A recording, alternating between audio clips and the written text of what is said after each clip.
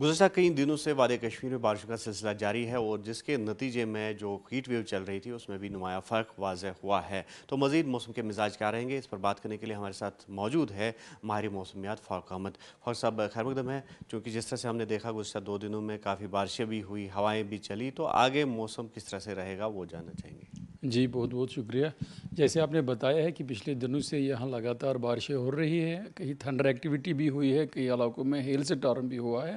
اور یہ ہوائیں بھی تیز چل رہی ہے۔ یہ آنے والے 2 دنوں میں ابھی اس میں اور بڑھت آئے گی، ابھی جاری رہے گا، یہ موسم ایسا ہی رہے گا 30 اور 31 اور کئی علاقوں میں ہیوی رین فال ہونے کے بھی چانسز ہے اور تھنڈر ایکٹیویٹی بھی بڑھ جائے گی، خاص کر آفٹرنون آورس میں، اور یہ گسٹی ونڈز تیز ہوائیں چلنے کے بھی امکانات ہے۔ 31 کے بعد موسم میں تھوڑی سی سدھار آئے گا، پھر بھی ہلکی بارشیں جاری رہے گی 2-3 تاریخ تک، اور ہم امید کرتے ہیں کہ 3 تاریخ کے بعد موسم میں سدھار ہوگا۔ تو تیز ہوائیں جو ہے لوگوں کے لیے ایک چیلنج پیدا ہوتا ہے اس میں، اور دوسرا ہم نے دیکھا کہ جو لائٹننگ ہوتی ہے تو اس طرح کے واقعات جو ہے وہ زیادہ اب رونما ہو رہے ہیں، تو ایسے میں کیا ایڈوائز رہے گی آپ کی؟ جی، یہ جو آج کل کا سیزن چل رہا ہے پری مونسون، اس میں لگ بھگ یہ ایکٹیویٹی ہر دوسرے تیسرے دن آتی ہے، اس لیے لوگوں کو چاہے کہ سب سے پہلے اگر وہ کہیں باہر کام کر رہے ہیں فیلڈ میں، ان کو چاہے کہ وہ آؤٹ ڈور نہ رہے، انڈور رہنے کی کوشش کریں، اور خاص کر راستے میں پیڑ پودوں کے نیچے نہ رکھے، کیونکہ ادھر زیادہ لائٹننگ کے چانسز ہوتے ہیں، ڈینجر ہوتا ہے وہاں۔ اگر فیلڈ میں بھی رہے تو اوپن ایریا میں رہے، اور جتنا ہو سکے انڈورز رہے تو اس سے وہ بچ سکتے ہیں۔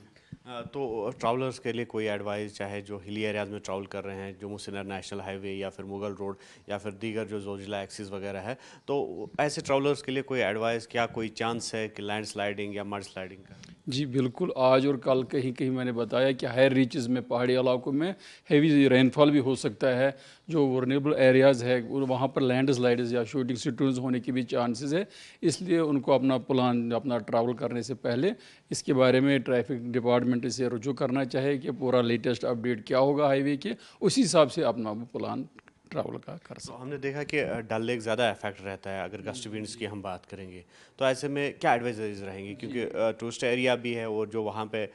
ڈل لیک کے آس پاس جو لوگ رہتے ہیں، یا ڈل میں جو ہاؤس بوٹ اونرس یا ہاؤس بوٹ جو